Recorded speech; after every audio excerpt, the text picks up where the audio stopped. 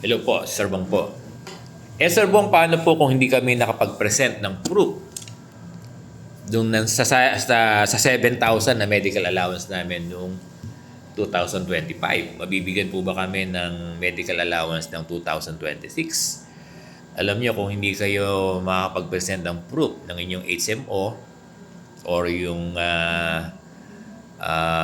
kung pinapayagan kayo ng reseta, ng konsulta, at hindi kayo nakapag-present ng mga proof, ng mga resibo, yun lang. Kasi binasa ko yung DepEd memo na latest tungkol dito sa release of medical allowance.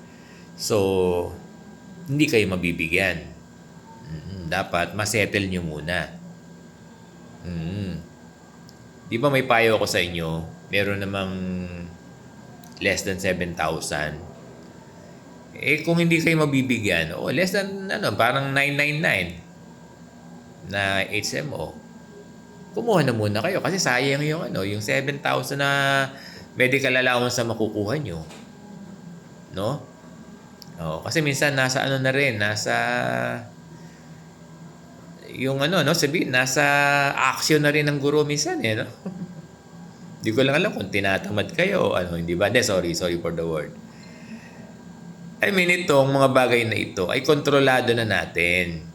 'Di ba? Dapat kung kontrolado na natin, tayo na ang gagawa ng paraan para magkaroon tayo ng HMO na mas mababa sa 7,000. At yung sosobra, sa atin na, yung hindi magagamit, hindi magagasto sa 7,000. Sabi naman, ay hindi na ibabalik, sa atin na.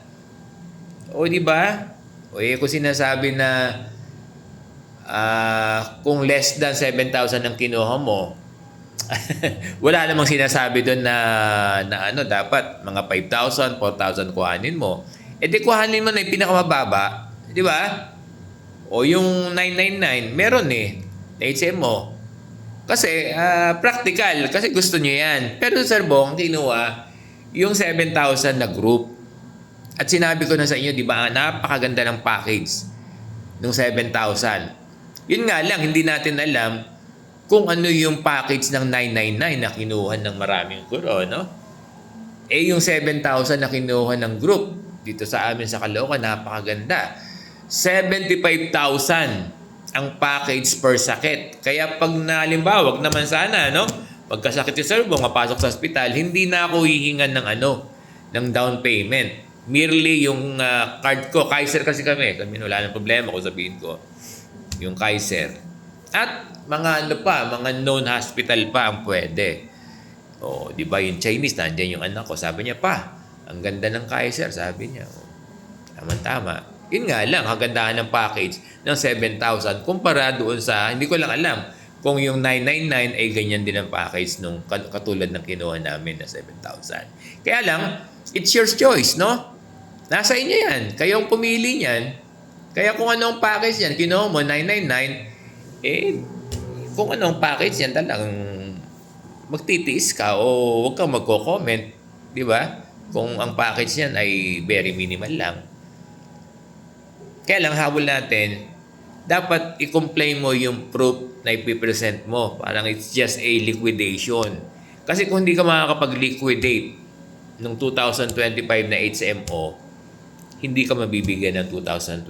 Sayang.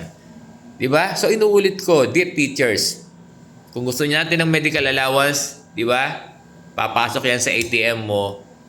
Kaya lang, i-comply mo yung liquidation ng 2025 mo.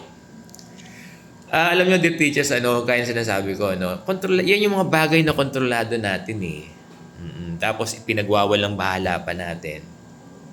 Sayang din yung 7,000. Diba?